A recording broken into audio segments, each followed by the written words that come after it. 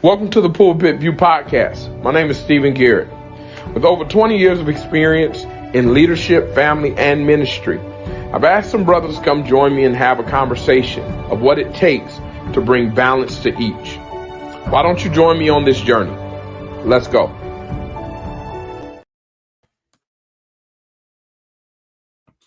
Good evening, and I am excited to be on tonight. I'm excited to be with you all. As you all are joining me, I'm going to ask you to do something for me tonight. I don't ask for a lot, but I'm going to ask you to do something for me tonight. Like and share this video. I want to welcome you to the Pulpit View, where my name is Stephen K. Garrett. I've had the privilege of pastoring for over now 18 years. I've been married for also over 18 years. Going on our 18th year anniversary this year. And here it is. I have been in leadership for over 20 years. I'm excited to come on tonight. This week, we have had some things happen on the internet, right? One of the things we've had is a viral video that has sparked a lot of controversy in the preaching community. And as I welcome you to the Pulpit View, where we want to tell the stories of those who serve in leadership and in excellence, but their side of the story, we want to share with you tonight. So this week we've had some good content, as folk would like to say, on the internet.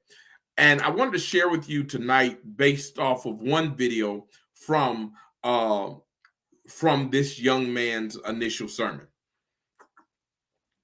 For those that do not know, the young man is the grandson, from what I've supposed from reading the comments, of W.T. Glenn, a powerhouse preacher in the Baptist community.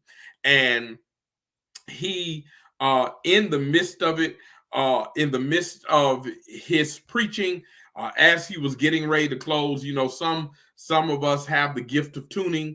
That is not really where I fall in it, but as he's getting ready to close, him and the organist are not on the same key. He stops in the midst of preaching and says, that's the wrong key. Would you put me in B minor?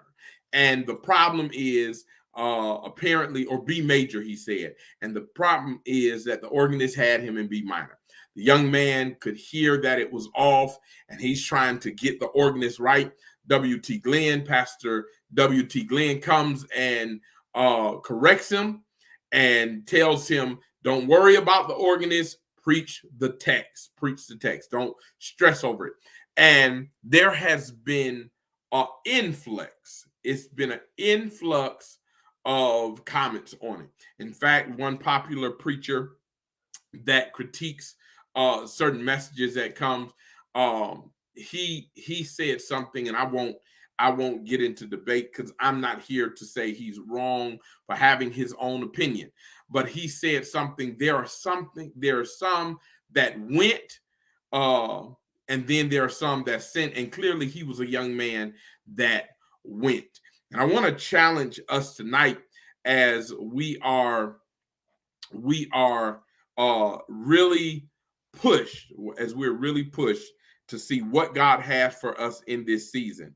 I want to challenge us because sometimes I think we forget where we've come from. We forget some of the stuff that we have endured ourselves. We forget some of the struggles we've had ourselves.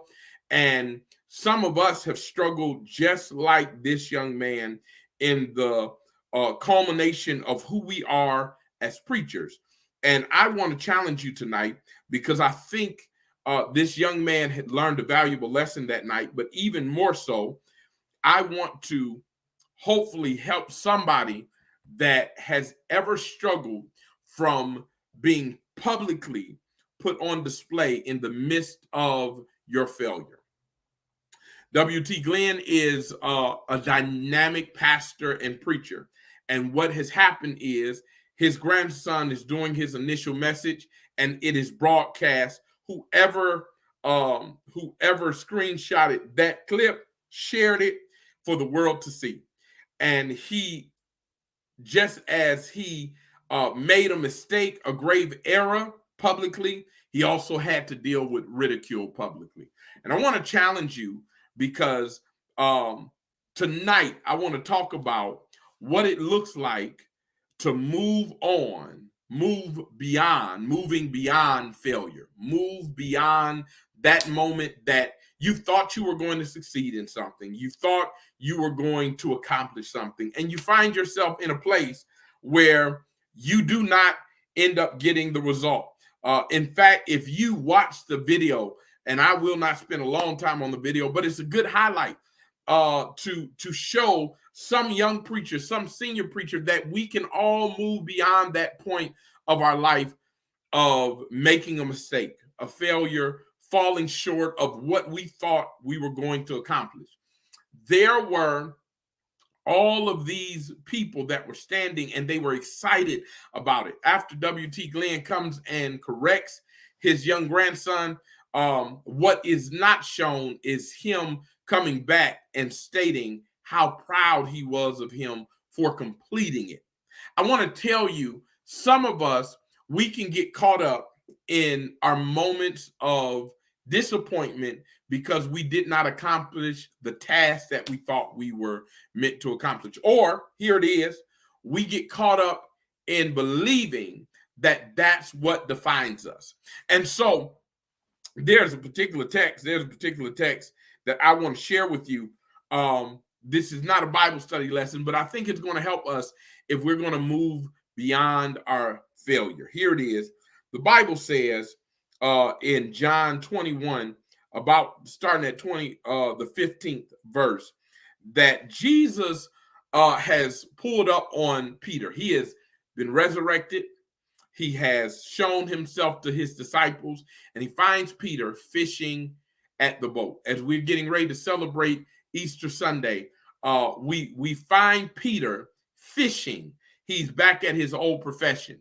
For those that don't know the story of what has happened with Peter, what has happened is Peter denied Christ 3 times. In fact, it was prophesied to Peter that he would deny him 3 times. Peter, they're sitting around the table eating, and Jesus calls out that someone's going to betray him tonight. And Peter, with his audacious spirit, says, "Never that, Lord. I would never. In fact, I'd go to the grave with you."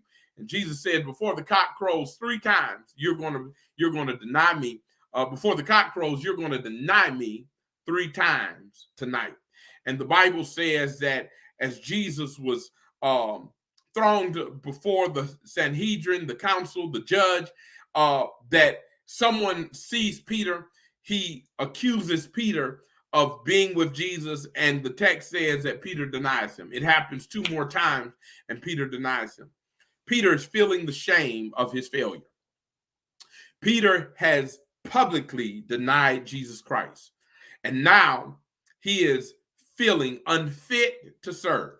And I want to help us tonight, because if you're going to move beyond your failure, you're going to have to realize that even the best of us are going to fail at some things.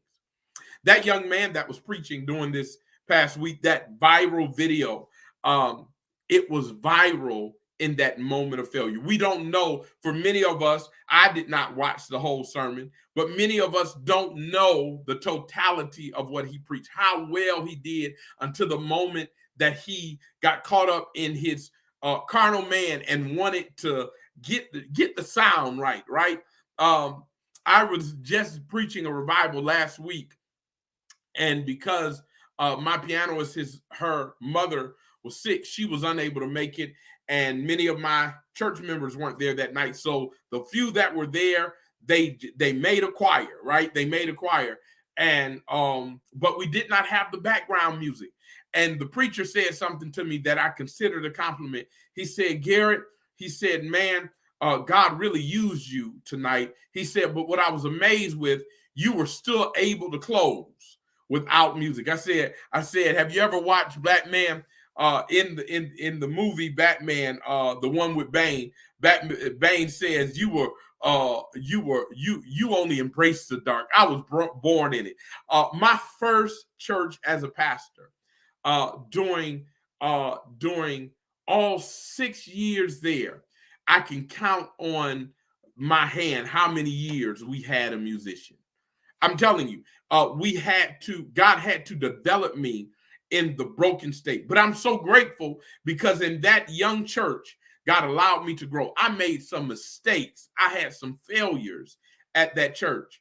And some of them, if the church was still here today, they sadly, some of the members passed during the pandemic. The pastor passed, so they closed their doors. But if they were here today, I would apologize to that church for the failures that I made. Some of us can get so caught up in the success we're currently in that when we have failure, we can get stuck in the place of where we failed. I tell Bethlehem all the time that our failures, our mistakes have the tendency to become anchors. Our trauma has the tendency to become anchors. God wants to move you beyond that, but because it has settled so heavily in your spirit, you have not found yourself a place. You've anchored yourself to that destination. So here it is. Anybody that's ever been on a boat, you know when the anchor drops down, I don't care how much the engine is pushing, it is going to slow up because it's like a brake. And some of us have found ourselves staying in our failure. Some of us, because everything was going well. In fact, very early in my ministry, if I can have an honest, open conversation with you, I thought going to a smaller church was a step down. And here's the reason why. My first home church in Detroit, Michigan, had about maybe 600-700 people by the time that I left off to college, and it was at a decline, right? My current home church, which is Greater St. Mark, when I came there, it was packed every Sunday. A beautiful experience, larger church, about 300 members at the time showing up on every single Sunday or more. And here it is. I'm going to a church that at the time I thought had 20 people, but really only had 5. And as a youth minister, that I worked with youth that had a larger number than the whole congregation, it felt like I was taking a step down. And I want to tell you something. It was in that church God taught me what it was to pastor and what it was to love people. And some of us, it is in these broken moments that God really teaches you who he is. It is in the mistakes of your life that God really shows you how capable he is. And I want to share with you tonight, as we are having this conversation, Peter finds himself. If we look at that context, the text, Peter finds himself still weeping in his sorrow. And some of us as leaders, we have made some mistakes, we failed, and we are still licking the wounds of our failure. And I want to challenge you. Because if we're going to move beyond our failure, if you're going to get to a place where you are able to progress and you're able to handle the tough moments of your life, then what's going to have to happen is this. You're going to have to get to a place where you are comfortable not being perfect. I got to tell you this. You got to get to a place where you're comfortable not being perfect. I've been working with Hyatt, and one of the gifts that I've had working with their leadership team at Hyatt is that I've been sending out these monthly videos, right? One of the videos, I knew it was better than the rest. But there was another video, I knew it was not as quality, it wasn't the same quality as the others. For a long time, I was holding on to the one that I felt was not high quality.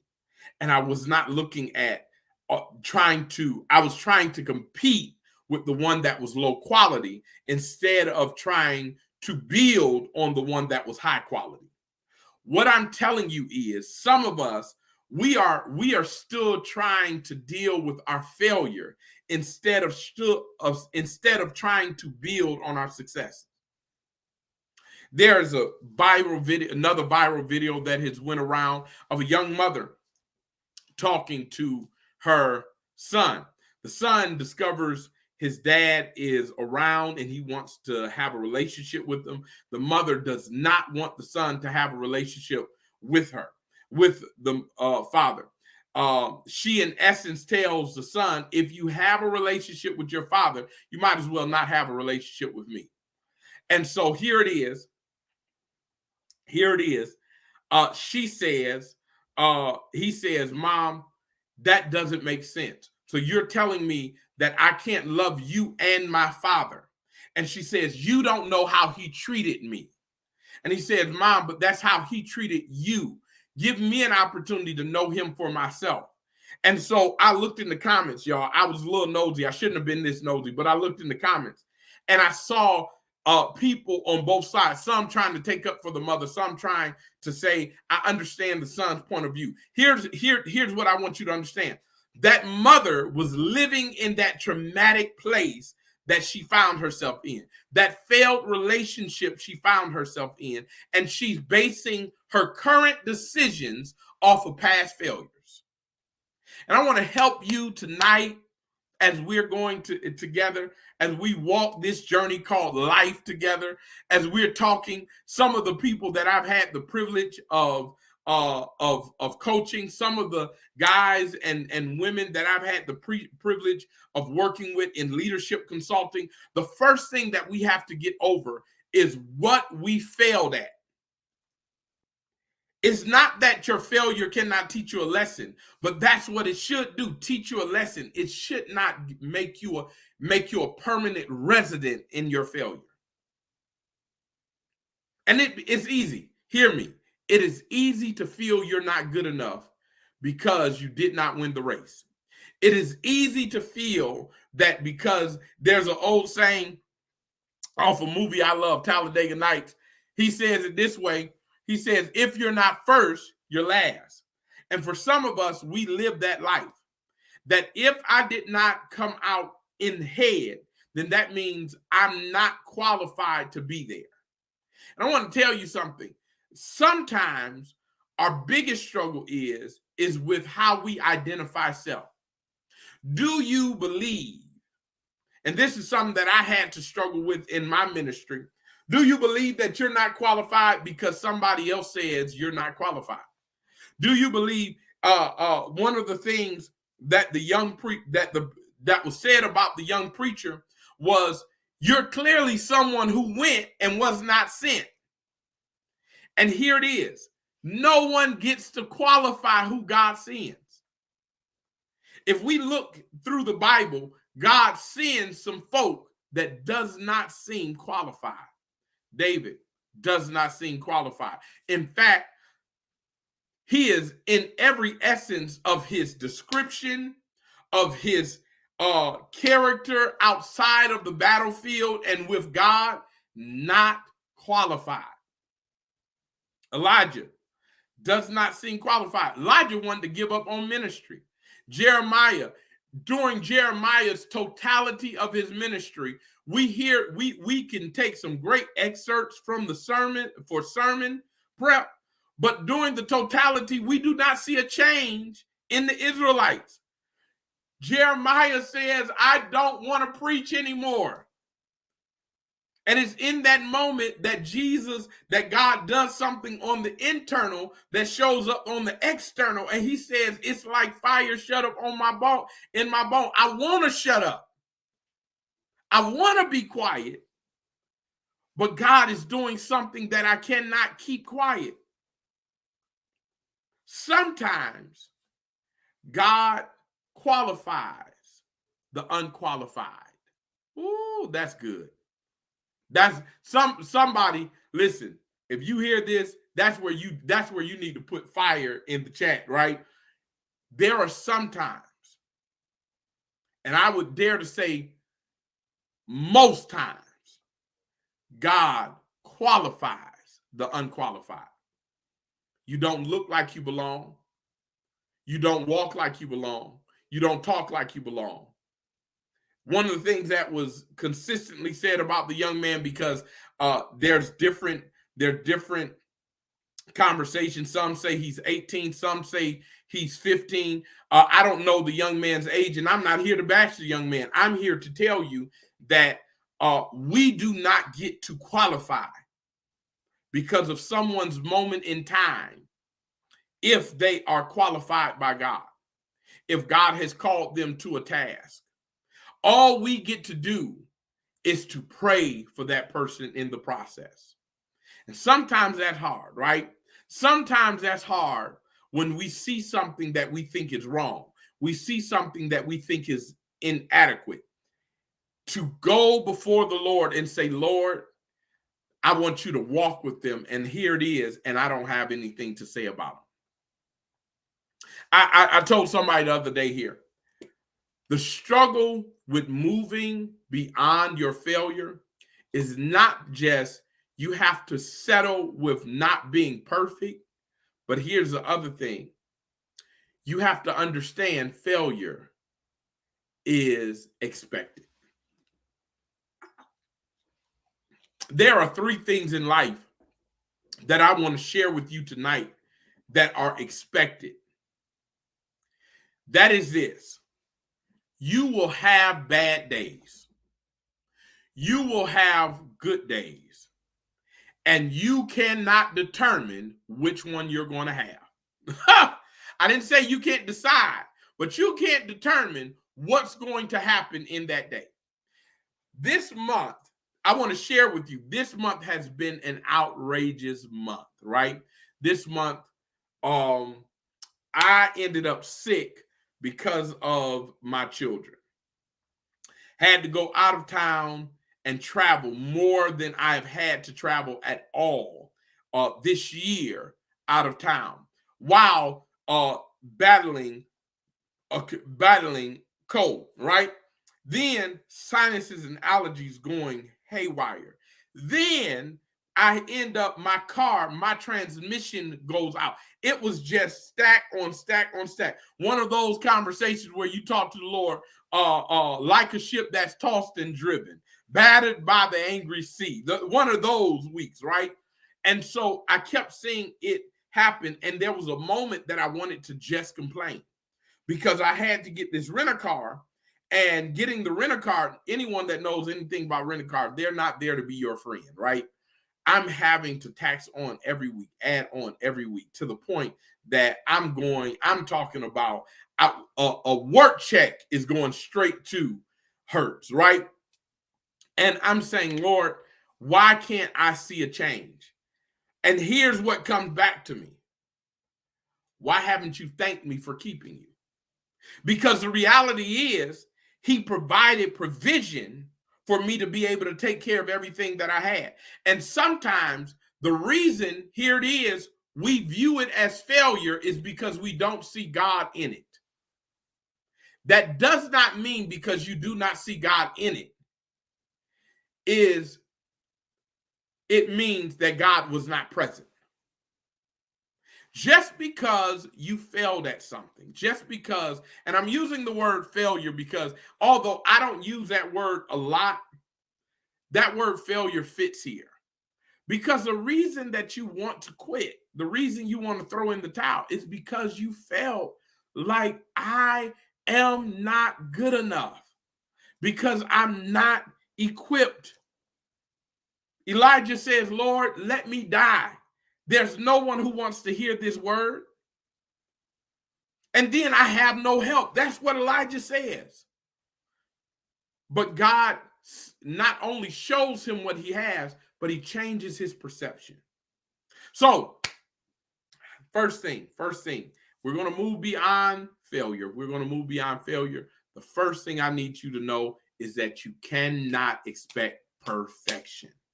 You cannot expect perfection. The second thing is you have to change your perception. You have to change your perception. Hear me tonight. if you're going to move beyond failure in your ministry, in your walk, in your marriage, in your job, if you're going to move beyond those areas that you feel like that you did not do your best, you're going to have to get comfortable with understanding I have to change my perception of this. I have to look at it from the different view. Some of y'all have seen it's a app, it's a game where it's a puzzle, and as long as you're shifting the puzzle, it's coming together, right? And if you keep shifting the puzzle, it ends up making a beautiful picture. What I'm telling you is some of us, we're seeing the puzzle, but we hadn't shifted it to make the picture. And I want you to start shifting that thing that you looked at as a failure as what God wants to do in your life as a beautiful picture. And listen, if y'all are here with me, I'm just asking y'all, just comment, let me know you're there with me tonight, because the struggle is some of us, our perception is off. Our perception is off. Our perception is skewed. And we're seeing everything that we've done wrong, and we're not seeing what God is doing right in our life, how God is preparing us, how he is fashioning us, how he is forming us to be the best version that he has for us. I tell people, one of the biggest mistakes a leader can make, biggest mistake, I'll tell you without a shadow of a doubt, biggest mistake a leader can make is asking God's will. It's one of the biggest, because here it is. God's will could care less about your feelings. Did you hear me? Did somebody hear me tonight? God's will could care less about your feelings. Because the truth of the matter is, most of us, we assume that the feelings that we have validate what God is going to do. And the reality is, what God is doing should validate your feelings. If God is calling you to be patient, then that's the feeling you need to have. If God is calling you to be brave, that's the feeling you need to have. It is God that guides us. And so here's the last thing, and I'm out of here. I got to get some food. I hadn't eaten today, right? Here's the last thing I want to share this with you. If we're going to move beyond our failure, we're going to move beyond our failure. Here it is. You have to be willing, not just to change, not just to understand that you cannot look for perfection, but you have to change your perception. But here it is. You got to deal with progression. Can I tell you something?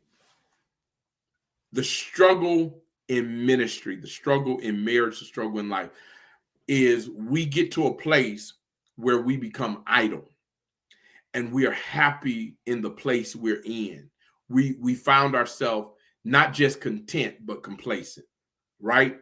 And there's a danger in that, because we're no longer progressing. We're no longer going after it. We're no longer striving to see the better version that God has for us. We want to be the best version that we currently are. And God is saying, I'm still forming you, fashioning you. You are the workmanship of God, right?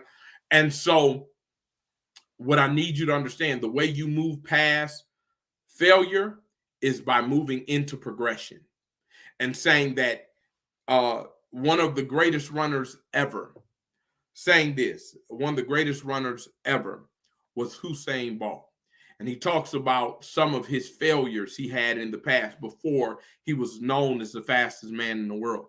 And he said he recognized at one point, if you watched him, he would wear two separate shoes. He'd wear two different style of shoes. He said he stopped wearing shoes for looks of it and start wearing them for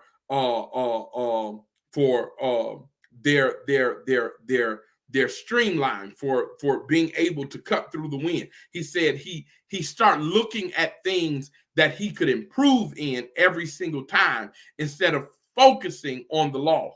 And I want to share with you that sometimes that's our biggest problem. We're focused on the loss. We're focused on the area in our life that we didn't feel was valid. And so, as we've watched this young man this week, as we've watched some of the other headaches and the other stresses that have happened this week, I want you to challenge yourself to stop staying in your place of failure, to stop staying in the place where someone hurt you. Stop staying in the place where you said, I should have done better, and keep reminding yourself of the times of the things that you should have done better, and just do better. Stop thinking about the places where you could have won, and you say, I'm going to improve to win next time. I tell my kids, listen, I got my son Steven. It's wild because he is the better version of me. He is in every way. I'm so excited to see what my children are becoming, because I see him and he is what a father would ask for. My daughter is what a father would ask for, my children. But him at 16, I'm seeing him becoming something, and I'm so excited about it, right? But one of the things that I had to do to help him to become that, to foster an environment for him to become the best version, is to let go of the places I felt like my own father failed me. And I want to help you tonight as we come to a close. Some of us cannot move beyond our failure or someone else's failure because we've gotten to a place that we're so enamored by what was done to us or by what we failed to do that we cannot leave room for what God wants to do. And I want to challenge you tonight to let God be God. And here it is. Stop trying to be perfect. There's one perfect, and that is God. You can be perfecting, but you cannot be perfect. Understand that you got to change your perception. And last, always be willing to be progressive and progressing. Listen, thank you for joining us tonight. All I'm going to ask is these two things: that you would like and share this video. If you're watching during the week, we just want to know where you're watching from. Please let us know. Put it in the chat. Follow us on Facebook. Follow us on Instagram. If you're seeing this, follow us on Facebook. Follow us on YouTube. If you're seeing this on YouTube, I need you to go to Facebook if you have a Facebook, and I need you to like this page on Facebook. If you are on part of my Facebook community, I need you to go down to YouTube, and I need you to like this page on YouTube. We're trying to make sure our content is seen by the world. We want to say thank you. Listen, Stephanie, I miss you. Thank you so much for joining us tonight. Stephanie Goodman, she is one of our distant members at BMBC. We love you. We thank God. I'm happy to know you're doing good. At some point, we have to talk. We have to talk. See how everything is going, because I live in Montgomery now, Stephanie. So we're so grateful for you joining us tonight. And we are so grateful for everyone who joined us tonight. Thank you so very much. Be blessed. Have a phenomenal night. And remember, this Sunday, we all get to celebrate and say it. Listen, your pastor may not have ever said it before. Hear me when I say this. You might not have heard him say it. He's not that a good old Baptist pastor. You're going to hear it this Sunday. On Friday, he died. He stayed dead all night Friday. He stayed dead all day Saturday. He stayed dead all night Saturday. But early Sunday morning, Bethlehem already know I'm ready to tell him. Early Sunday morning, he got up with all power in the palm of his hand. I'm excited. Listen, you all celebrate. If you are having a seven last saying on Friday, I am hoping and praying that God blesses you with a dynamic worship. You're having early service on Sunday. I'm praying that God gives you the tenacity and the strength to get up early in the morning and to preach well. we will be having service at the regular time. That is 11 o'clock Eastern time, Highway 83694, Phoenix City, Alabama. And we would love for you to join. That's 11 o'clock Eastern time, 10 o'clock Central. If you are in the Phoenix City area, if you're even in the Montgomery area, I drive it and I can do it. I'm telling you, if you are in the area, come out, fellowship with us. We would love to have you. Thank you so much for joining us tonight. And our prayer is that God helps you move beyond your failure. Be blessed.